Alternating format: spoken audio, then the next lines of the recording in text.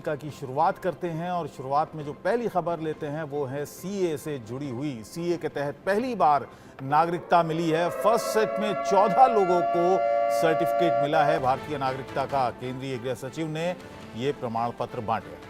11 मार्च 2024 को सीएए लागू हुआ था और इसे इंप्लीमेंट करने के बाद जो पहला सेट है, फर्स्ट सेट में 14 लोगों को सर्टिफिकेट मिल भी गया है। उन लोगों की खुशी का ठिकाना नहीं है जो हिंदुस्तान में रह रहे थे लेकिन नागरिकता मिले बगैर रह रहे थे।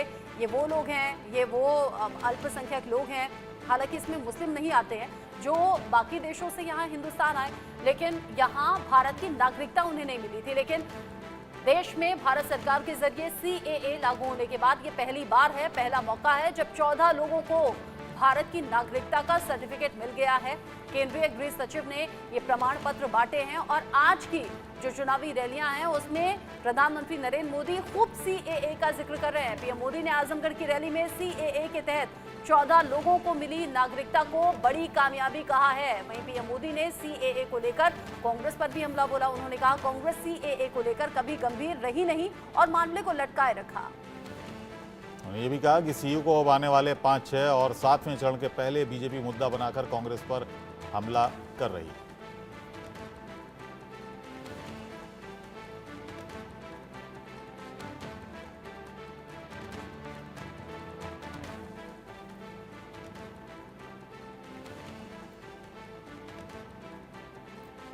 आपने देखा कल ही सीएए कानून के तहत शरणार्थियों को भारत की नागरिकता देने का काम शुरू हो गया। पहले लॉट को ऑलरेडी नागरिकता दी गई और ये सभी भाई बहन हिंदू है, सिख है, बौद्ध है, जैन है, पारसी है, ईसाई है और ये वो लोग हैं जो शरणार्थी बन करके लंबे अरसे से हमारे देश में रह रहे हैं। ये वो लोग हैं जो धर्म के आधार पर हुए भारत के बंटवारे का शिकार हुए थे। और मजा देखिए, ये महात्मा गांधी का नाम लेकर के सत्ता की सीढ़ियां तो चढ़ जाते हैं लेकिन महात्मा गांधी की बातों को याद नहीं रखते हैं। खुद महात्मा गांधी ने भरोसा दिया था कि वो कभी भी भारत आ सकते हैं और आपने देखा होगा कल ही हिंदू, सिख, जैन, बौद्ध, पारसी ये वो लोग हैं जो कि भारत में शरणार्थी के तौर पर रह रहे थे लेकिन अब भारत की नागरिकता उन्हें मिल रही है। 14 लोगों को मिल चुकी है। आज चुनावी रैली में पीएम मोदी आक्रामक नजर आए। उन्होंने ये तक कह दिया कि कोई माई का लाल ऐसा नहीं है जो सीएए को अब देश से हटाएगा। साथ ही ये भी कह दिया चैलेंजिंग वे में मैं भी मैदान में हूं, तुम भी मैदान में हो, सीएए हटाकर दिखाओ। और नागरिकता संशोधन कानून के तहत 14 लोगों को भारत की नागरिकता दे दी गई। विदेश मंत्रालय ने यह जानकारी साझा की। मंत्रालय की ओर से कहा गया कि सीए के तहत 14 लोगों को भारत की नागरिकता के सर्टिफिकेट जारी कर दिए गए हैं। नागरिकता संशोधन नियम 2024 की अधिसूचना जारी होने के बाद पहली बार नागरिकता प्रमाण पत्रों का वितरण किया गया। केंद्रीय गृह सचिव अजय कुमार भल्ला ने नई दिल्ली में कुछ आवेदकों को नागरिकता प्रमाण पत्र सौंपे। इस मौके पर गृह सचिव ने आवेदकों को बधाई देते हुए नागरिकता संशोधन नियम 2024 के प्रमुख बिंदुओं पर प्रकाश भी डाला। 300 आवेदन आए थे, अभी 14 लोगों को नागरिकता मिल गई है, यानी कि प्रमाण पत्र मिल गए हैं। बाकियों का नंबर भी धीरे धीरे आएगा, ये उम्मीद है।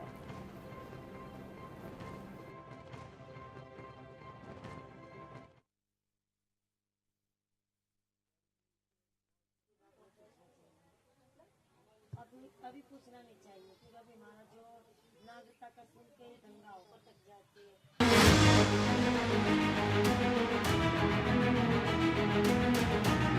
सीएए का असर अब दिखने लगा है। नागरिकता का नया कानून, नए नागरिक, 14 हिंदुस्तानियों की दिल खुश करने वाली कहानी। ये तस्वीरें मोदी की गारंटी की गवाही दे रही है। सीएए यानी नागरिकता संशोधन कानून के तहत पहली बार 14 लोगों को भारत की नागरिकता दी गई। ये वही लोग हैं जो पाकिस्तान, बांग्लादेश और अफगानिस्तान में धार्मिक प्रताड़ना के चलते बीते कई सालों से भारत में शरणार्थी के तौर पर रह रहे थे। लेकिन गृह मंत्रालय की ओर से नागरिकता का सर्टिफिकेट मिलने के बाद अब इनकी खुशी का ठिकाना नहीं है। हमें आज नागरिकता मिली है तो बहुत अच्छा लग रहा है और हम आगे पढ़ लिख रहे हैं तो हमें अच्छा लग रहा है, मतलब हम आगे बढ़ेंगे, हमें नागरिकता मिल गई है। आज बहुत अच्छा फील हो रहा है। कितने समय से इंडिया में रह रहे हैं आप? हम 2014 में आए थे। 2014 हाँ। जब खबर सुनी थी तो खुशी हुई थी कि? हाँ, बहुत खुशी हुई थी। हाँ, जब सीए पास हुआ था तो बहुत खुशी हुई थी। आज तो उससे भी ज्यादा हो रही है। कितना परिवर्तन आया है, कितनी दिक्कतें थी और अब कितनी दिक्कतें सुलझी? वहाँ तो बहुत दिक्कतें थी। पाकिस्तान में हमें बहुत दिक्कतें थी, मतलब हम लड़कियां वहाँ पढ़ नहीं पाती थी और घर से बाहर नहीं निकल पाती थी। मतलब निकलना था तो भी हम बुर्का पहन के निकलती थी वहाँ, मुसलमानों का वो करके। और हम इंडिया में आए तो बहुत अच्छा हमें लगता है, हम पढ़ लिख रहे हैं। मैं अभी 11th क्लास में पढ़ रही हूँ और मैं ट्यूशन भी जाती हूँ, अपने आप से मर्जी से मतलब बाहर भी निकल सकते हैं, तो बहुत अच्छा लग रहा है। सीएए के तहत शरणार्थियों को भारत की नागरिकता मिलने का सिलसिला शुरू हो गया है। इस बीच गृह मंत्री अमित शाह ने 15 मई की तारीख को ऐतिहासिक बताया है। सोशल मीडिया प्लेटफॉर्म पर उन्होंने कहा, दशकों का इंतजार खत्म हुआ है और सीएए के जरिए पाकिस्तान, बांग्लादेश और अफगानिस्तान से धार्मिक प्रताड़ना के चलते भारत आए हिंदू, सिख, बौद्ध, जैन, पारसी और ईसाई भाई बहनों को भारत की नागरिकता मिलनी शुरू हो गई है। आजादी के समय किए गए वादे को पीएम मोदी ने पूरा करके दिखाया है। साथ ही अपने सभी शरणार्थी भाई बहनों को विश्वास दिलाता हूं कि मोदी सरकार सीएए से हर एक शरणार्थी को नागरिकता देकर रहेगी। सियासी वजहों से सीएए का विरोध होता रहा है, लेकिन इस कानून ने जिनकी जिंदगी बदल दी है उनको सुनना और समझना जरूरी है। 12-13 साल से और हम दिल्ली मजनू के टिले रह रहे हैं जी। कितना परिवर्तन देख रहे हैं? अब तो सिटीजनशिप का सर्टिफिकेट भी मिल गया है, कितना परिवर्तन जीवन? सर ड्रीम कम ट्रू वाली फीलिंग है, मतलब दिल बहुत खुश है कि नया जन्म हो गया, लाइक नया बॉर्न हो गया, मतलब कि बहुत खुशी है इस चीज की नागरिकता मिली है हमें। सर कहाँ से आए थे आप? पाकिस्तान से जी। कितनी दिक्कतें थी यहाँ पर बिना सर्टिफिकेट के? सिटीजनशिप नहीं थी क्योंकि कहीं ना कहीं आप लोगों को बोला भी जाता होगा कि बाहरी हैं, इस तरीके की दिक्कतें। इंसान को राइट्स नहीं होते तो फिर किस काम के? इससे राइट्स मिलेंगे, लाइक हम आगे जाके मतलब एजुकेशन लेवल में भी आगे जा सकते हैं, कुछ नौकरी वोकरी कुछ भी मिल सकता है हमें, मेजोरिटी हो सकती है हमारी। ऐसे बहुत मतलब बहुत अच्छी फीलिंग है। इंतजार कितने वर्षों से था, क्या कहना चाहेंगे सरकार के लिए? शुक्रिया ही करेंगे जी, बहुत बहुत धन्यवाद जी भारतीय केंद्र सरकार का, बीजेपी सरकार का बहुत शुक्रिया।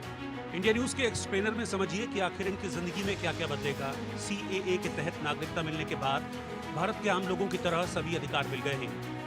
भारत के संविधान से मिले मौलिक अधिकार के तहत अब ये लोग बाकायदा चुनाव में वोट डाल सकेंगे, अपने बच्चों को पढ़ाने लिखाने के लिए स्कूल में बिना रोक टोक दाखिला ले सकेंगे, जॉब के लिए भारत के सामान्य नागरिक के तौर पर कहीं भी आवेदन कर सकेंगे, सरकारी योजनाओं का लाभ लेने के लिए इन्हें दर दर भटकना नहीं होगा, पूरे हक के साथ कि भारत की जमीन पर पूरी जिंदगी गुजार सकेंगे। कोई अब इन पर किसी भी तरह का सवाल नहीं उठा सकेगा। 2013 से रह रहे हैं हम। पाकिस्तान से आए थे, सिंध हैदराबाद से 2013 में आए थे इंडिया में। जब से हम यहाँ पे रह रहे हैं 2013 से। पहले कैसी स्थिति थी, अब कैसी स्थिति है? पहले से अभी सही है क्योंकि हमें नागरिकता मिल गई है और सही है लग रहा है। कितने समय से इंतजार था नागरिकता का? बहुत समय से इंतजार था कि हमें कब नागरिकता मिलेगी, कब यहाँ के हम होंगे और कब हमारे बच्चे पढ़े लिखेंगे। अभी शुक्र है मोदी जी का, यहाँ के देश का, कि हमें नागरिकता मिल गई और हम इंडिया के हो गए। सीएए के तहत 31 दिसंबर 2014 से पहले पाकिस्तान, बांग्लादेश, अफगानिस्तान से आए गैर मुस्लिम शरणार्थियों को नागरिकता देने का प्रावधान है। इन तीनों देशों के लोग ही नागरिकता के लिए आवेदन ऑनलाइन कर सकेंगे। आवेदक को बताना होगा कि वो भारत कब आए, पासपोर्ट या अन्य यात्रा दस्तावेज न होने पर भी आवेदन कर पाएंगे। इस कानून के तहत भारत में रहने की अवधि 5 साल से ज्यादा रखी गई है। पहले भारतीय नागरिकता लेने के लिए भारत में 11 साल रहना जरूरी था। Bureau report, India news. और हमारे साथ खास मेहमान बन गए आलोक मेहता जी हमारे साथ हैं, एडिटोरियल डायरेक्टर हैं इंडिया न्यूज़ के, अरविंद मोहन जी कंसल्टिंग एडिटर हैं इंडिया न्यूज़ के, डॉक्टर परमवीर सिंह राजनीतिक विश्लेषक हैं। आप तीनों का ही स्वागत है। आलोक जी, ठीक है, बहुमत की सरकार और उसके बाद धार्मिक आधार पर सीएए लाया गया, विरोध भी हुआ, कांग्रेस ने, पूरे इंडिया अलायंस ने विरोध किया इसका। चुनाव से ऐन पहले इसको लागू करना और चुनाव के बीच में स्टेज लगाकर इस तरह से सर्टिफिकेट बांटना, नागरिकता के, क्या ये राजनीति से जुड़ा नहीं है जो आरोप लगते हैं केंद्र सरकार पर? ये आरोप तो बराबर, हर जो भी काम होगा उस पर आरोप लगेंगे। सरकार भी काम करती रहेगी और उसका फायदा कुछ लोग लेंगे, कुछ उसका नुकसान भी सहेंगे। यदि उस तरह से सरकार या पार्टी गलत करेगी तो मेरा भी मानना है, यदि ऐसा लगे भाई भेदभाव कर रहे हैं, तो एक समुदाय के लोग जिसका इशारा कर रहे हैं उनको नाराजगी होगी कि भाई इनको दे रहे हैं। लेकिन इसको थोड़ा सा यदि समझने के लिए कोशिश करें हम लोग, तो मेरा ऐसा मानना है कि देखिए, वो ठीक है, आज़ादी के बाद वाले तो कई पीढ़ी, लगभग कई तो बुजुर्ग हो गए, रहे कि नहीं रहे। 71 के बाद भी ऐसी बड़ी समस्या थी और मिसेस गांधी ने भी, चूंकि अपने पहले भी कई बार जिक्र कर चुका हूँ, अपना लिखता भी हूँ, कि उसके बाद मिसेस गांधी ने भी कहा था भाई जो बांग्लादेश से भारत की तरफ आ गए हैं उनको वापस भेजना जरूरी है, ऐसा नहीं चलेगा। लेकिन उसके बाद भी घुसपैठ अभी तक जारी है। दूसरी तरफ ऐसे लोग जो वर्षों से यहाँ बस गए लेकिन उनकी नागरिकता नहीं है, उनमें मैं तो आपको जोड़ूंगा इसकी, ये तो फिर चलिए इस आधार पर है, सीए के आधार पर, और इसलिए इनको करने का वर्षों तक तैयारी की गई। इसके बाद इस सरकार ने किया, लेकिन उनको लगे कि हम वायदे कुछ पूरे कर रहे हैं। एक तो मैं ये समझ पा रहा हूँ। दूसरा, अपने दर्शकों के लिए अमूल जी, चूंकि आप एक अपने, हम लोग का जो अरविंद जी भी आपसे सहमत है कि हम लोग लोगों को गलत से भी, नेता कुछ भी करें वो किसी के लिए करें। सही बात यह है कि दुनिया के किसी मुल्क से भी, सऊदी अरब से भी या सऊदी अरब अमीरात से, ईरान से, ब्रिटेन से, अफ्रीका से कोई आकर के भारत में नागरिकता ले सकता है जो नियम पूरा करते हैं। जैसे हम और आप जाकर के नागरिकता ब्रिटेन की, अमेरिका की या कहीं और देश की, कुछ ईरान हमको नहीं देगा, लेकिन जो डेमोक्रेटिक कंट्री है उसके नियम शर्तों को पालन करने पर नागरिकता मिलती है। ये एक विशेष केस था जिसमें उनको लगा कि वहां मंदिर नष्ट हो रहे हैं। आप जानते हैं पाकिस्तान में कितने मंदिर तोड़ दिए गए। कहने को तो वाराणसी में भी कई मंदिर किया, लेकिन वो तो परिसर बढ़ाने के लिए किया गया कि उनको हटा करके पुनर्वास कर दिया गया। ऐसे ही वहां लेकिन उनके साथ जो जाति सिख समुदाय के लोग हैं, वो सारा जो पार्टीशन हुआ था, कितनी फिल्में बनी, कपिलेश जी, राही मासूम रजा, दुनिया भर के लोग लिखते रहे। पाकिस्तान के पार्टीशन में जितनी बड़े पैमाने पर सिख समुदाय के लोग कितने मारे गए, कुछ वहां रह गए। हमारे परिवार कुछ लोगों के ऐसे सदस्य हैं जो हम लोग के रिलेटिव्स का आप कह सकते हैं, लाहौर में रहते थे, उनमें से कई लोग वहां रहे, कुछ यहाँ आ गए। ऐसे कई ऐसे परिवार है जो कलकत्ता के, वो बात आपकी सही है, सब चीजें हुई। मैं उस पर नहीं जा रहा हूँ, ठीक है, आपकी बात बिल्कुल सही है। जो भी ज्यादतियां हुई हैं वो हुई हैं, अपनी जगह हैं, लेकिन मैं यहाँ पर राजनीतिक इस्तेमाल की बात कर रहा हूँ। अरविंद जी का वक्तव्य ले लूँ जरा। नहीं, ये राजनीति के लिए ही आया है। ये नागरिकता देना प्रोसेस सारी दुनिया में है और वो प्रोसेस चलता रहा है, हिंदुस्तान में भी चलता रहा है। और सिर्फ मजहब के आधार पर लोग नहीं भागते हैं, नहीं भगाए जाते हैं, राजनीतिक वजहों से भी भगाए जाते हैं और दूसरी वजह भी होती हैं। सबसे बड़ा डिस्प्लेसमेंट तो रिसोर्सेज के लिए होता है, तो उस चीज़ को आप मत भूलिए। अपने यहाँ भी नागरिकता नहीं देने का कोई ऐसा थोड़ी था, कोई नागरिकता नहीं मिल रही। जो शरणार्थी होगा उसको नागरिकता मिलती है, उसके कारण जांचे जाते हैं, कारण जांचने के बाद। लेकिन अरविंद सर, जब ये लागू किया गया सीए, तो बहुत से लोगों में सवाल ये भी हुआ कि भाई हिंदू, सिख, बौद्ध, जैन, पारसी ये सब हैं, तो इसमें मुस्लिम भी हो जाते तो बेहतर होता, इस फैसले का और ज्यादा अच्छे से स्वागत होगा। वहीं दूसरी तरफ ममता बनर्जी और कई विपक्षी लीडर्स हैं, वो ये कह रहे हैं कि अगर हम सत्ता में आ गए तो सीए, एनआरसी, यूसीसी हम सब कुछ रद्द कर देंगे। नहीं, वो अलग मसला है, लेकिन ये लाया इसलिए गया कि मुसलमानों को चढ़ाना है। मुल्क के मुसलमानों को एक हैसियत बतानी है उनकी, और उस हैसियत के नाम पे, उस तलवारबाजी के नाम पे हिंदुओं को पोलराइज करना है। अब मोटिव कुछ लोगों को, जरूरतमंद लोगों को नागरिकता देने का कभी कोई मना नहीं हुआ है और ना रुका है वो। आज ये प्रोसेस इसलिए इसका ये टर्न दिया गया है कि इसका पॉलिटिकल चुनावी इस्तेमाल हो, और ठीक चुनाव में वो चीज़ें आ गई हैं। समय संयोग से भी हो सकता है, लेकिन जिस तरह से ये सरकार काम करती रही है, अभी हर चीज़ को चुनाव के समय ले आना संयोग नहीं है, वो एक तैयारी का हिस्सा है कि कब वो नागरिकता की। बल्कि रिपोर्ट ये भी है कि जो बंगाल में नामशूद्र हैं, मटुआ समुदाय, जिसको लेके प्रधानमंत्री काफ़ी सचेत रहे हैं, बीजेपी काफ़ी करती रही है उनके लिए, मटुआ लोगों में इस बात की नाराज़गी है कि ये प्रोसेस कितना लंबा है और इसमें कितना वक्त लगेगा। तो ये बेमतलब का एक दफे ये आपने शुरुआत में जो बात कह दी कि ये मुसलमानों को चिढ़ाने के लिए भी किया गया है, और अब फैसला तो हो चुका था, लेकिन चुनाव के दौरान ये जो नागरिकता प्रमाण पत्र दिए जा रहे हैं, इसका सीधा सीधा असर होगा चुनाव में। इसको आगे लेकर हम चलेंगे, परमवीर जी से हम उनका रिएक्शन इस पर लेंगे। लेकिन इस बीच भदोही में पीएम मोदी बोल रहे हैं, सुन लेते हैं। राम मंदिर पर ताला डालना चाहते हैं और रामलला को फिर से टेंट में जीने के लिए मजबूर करना चाहते हैं। आप इनके ये मंसूबे कामयाब होने देंगे क्या? उन्हें जवाब मिलेगा कि नहीं मिलेगा? भाइयों बहनों, ये बीजेपी ही है जो अयोध्या में भव्य राम मंदिर का गर्व करती है। ये बीजेपी है जिसने बनारस में बाबा का धाम संवारा है, और ये बीजेपी ही है जो मां विंध्यवासिनी का धाम भी बनवा रही है। मां विंध्यवासिनी के आशीर्वाद से ये अभियान रुकने वाला नहीं है।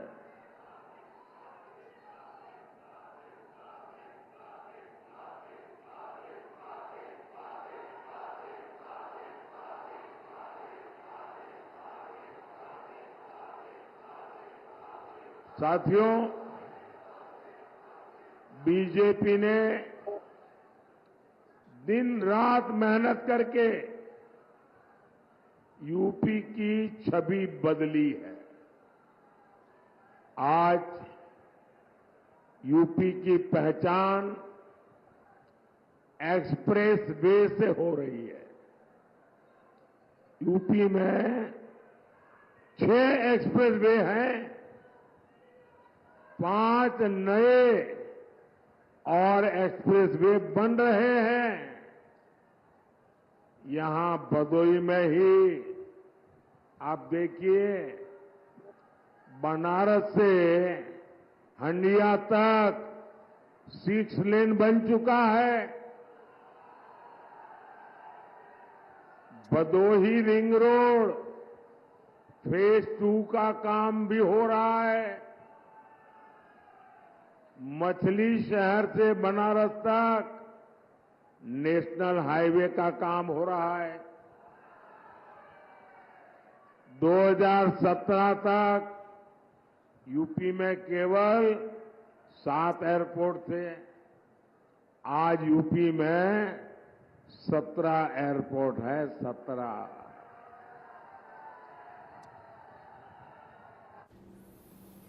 प्रधानमंत्री को आप सुन रहे थे, भदोही में प्रधानमंत्री इस वक्त हैं। हम बात कर रहे हैं सीएए की। सीएए को जिस तरह से लाया गया और जो आज 14 लोगों को प्रमाण पत्र भी जारी किए हैं कि अब वो भारतीय नागरिक हैं, इसी पर हम चर्चा भी कर रहे हैं। सभी मेहमान हमारे साथ बने हुए हैं। डॉक्टर परमवीर भी हमारे साथ हैं। डॉक्टर परमवीर, जो आरोप लगते हैं, तुष्टीकरण की बात करती है भारतीय जनता पार्टी, क्या ये तुष्टीकरण नहीं है? क्या ये बहुसंख्यकवाद की राजनीति नहीं है? अबुल साहब, देखिए, राजनीति समाज के अंदर के मुद्दों पर ही होनी है। जो समाज के अंदर ज्वलंत मुद्दे हैं उनके ऊपर राजनीति होना स्वाभाविक है। वो कोई भी दल करे और वो होती रही है और होती रहेगी, इसको रोका नहीं जा सकता। बात आती है नागरिकता देने की, जो लोग पाकिस्तान, बांग्लादेश और अफगानिस्तान से आते हैं। तो सब देखिए, हमें भूलना नहीं चाहिए, हिस्टोरिकल इंडिया का नाम लेने वाला है। और ये ऐसा केवल इंडिया के साथ में नहीं है। अगर आप देखें, सारा का सारा साउथ अमेरिका, मैक्सिको, कोलंबिया, सारे देश हैं, वो लोग बेसिकली स्पेनिश भाषा बोलने वाले हैं, तो वो लोग भी स्पेन को वैसे ही मानते हैं और स्पेन में कभी भी आ जा सकते होते हैं वीजा के बिना।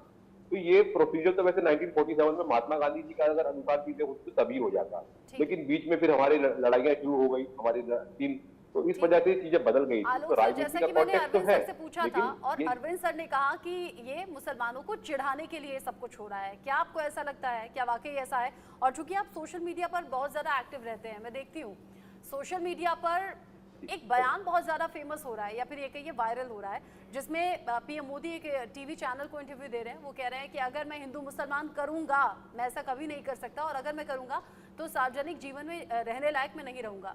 लेकिन उसके ठीक 24 घंटे बाद वो चुनावी रैली में फिर से मुसलमानों का जिक्र करते हुए नजर आते हैं। देखिए, मुसलमान भारत के नागरिक है, भारत का ये मेरा प्रधानमंत्री सवाल ने मुसलमानों का आलोक जी से जिक्र भी। आलोक जी, आवाज मिल रही है आपको? जी जी, ये सवाल आपसे ही अच्छा, था। मुझसे सवाल, अच्छा जी, मुझे मैं रश्मि। समझा शायद उनसे पूछे इसलिए वो जवाब दे रहे हैं। नहीं आलोक सर, हाँ, नहीं आपसे सवाल है। निश्चित। हाँ रश्मि जी, मेरा ये मानना है कि ये हर सभा में बोलते हैं, हम उसका एक लाइन निकालते हैं ना। कल वाला भी आपने उसको नहीं, उसके अलावा भी कई इंटरव्यूज दिए, मैं भी देख रहा था टेलीविजन पर। उन्होंने बार बार ये कहा है और इससे पहले भी कहा है, और वो राष्ट्रीय स्वयंसेवक संघ का नाम सब मीडिया में भी चर्चा में भी करते हैं, हमने भी बहुत वर्षों से लिखा है।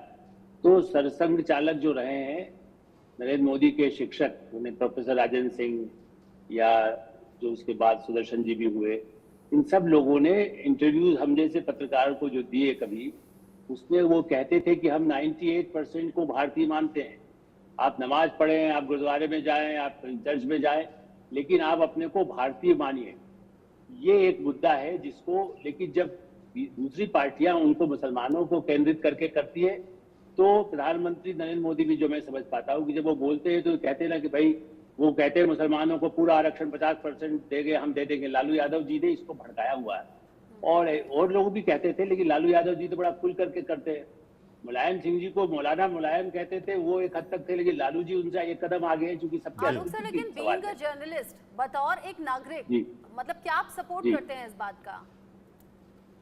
नहीं, मैं तो इस बात का सपोर्ट नहीं करता। मैं तो कहता हूँ कि सबको एक समान व्यवहार होना चाहिए। मुसलमानों का नाम एक तो होता है ना, पहले बोले कि बहुत ज्यादा जिनके बच्चे हैं उनके फेवर में है कांग्रेस, और पिछली सरकार का उन्होंने जिक्र किया, यूपीए में ऐसा होता था वैसा होता था, लेकिन फिर सीधे सीधे मुसलमानों का जिक्र, नाम मुसलमान लिया गया, और वो कह रहे हैं कि ऐसा मैं कभी कर नहीं सकता, लेकिन चुनावी भाषणों में उसकी झलक दिख रही है। यही कहा कि वो दोनों बातें कह रहे हैं, इसलिए मैं अभी भी यही कहूंगा कि देखिए, यदि इसको जो भी सांप्रदायिक रूप देते हैं, वो चाहे प्रधानमंत्री हो, उनकी पार्टी के लोग हों, दूसरी पार्टी के लोग हों, हम सब उससे असहमत है, हम लोग नहीं मानते कि वो है। लेकिन चुनाव में जिस तरह के भड़काऊ, अब ये वाक युद्ध ही चल रहा है। कम से कम पहले तो ये कि पत्थर जैसे बंगाल में चल रहे हैं, मार पिटाई, हत्याएं हो रही हैं, बलात्कार हो रहे हैं, वैसा नहीं हो रहा है। हाँ, ये मैं कहूंगा कि जो वाक युद्ध है उसमें इससे ज्यादा तो राहुल गांधी, यदि दुनिया के किसी देश में इससे अधिक कोई गाली दे सकता है प्रतिपक्ष का, जो पार्टी का अध्यक्ष हो, बड़ी पार्टी का, इतनी पार्टी के अध्यक्ष रहे, ऐसा कभी कोई गाली नहीं देता है। तो वो मानने, सारे नियम कानून तो टूट रहे ना जी। लेकिन सच्चाई ये भी है कि वो कह रहे हैं भेदभाव नहीं करते हैं, और किसी, हालांकि वो नाम भी लेते हैं, और उसकी एक झलक भी नजर आती है। पार्टी ने किसी को टिकट नहीं दिया, किसी मुस्लिम कोई कैंडिडेट नहीं है, जो प्रस्तावक थे उनमें कोई मुसलमान नहीं था। हालांकि ये हाईलाइट किया गया कि ये प्रस्तावक किस लिए हैं, उसमें कोई मुसलमान नहीं था। बहरहाल अगले टॉपिक पर भी आएंगे हम, अगले टॉपिक पर आ जाते हैं। एक लाइन मैं बोल देता हूं, मैं कहना है कि वो पहले भी, ठीक है, आगे बढ़ेंगे, क्योंकि ये खबर भी अभी सुर्खियों में है और चर्चा का विषय है। चुनाव के दौरान जम्मू कश्मीर में प्रतिबंधित संगठन जमाते इस्लामी जम्मू कश्मीर ने अपने बदले रुख का परिचय देते हुए कहा है कि अगर केंद्र सरकार ने उस पर से प्रतिबंध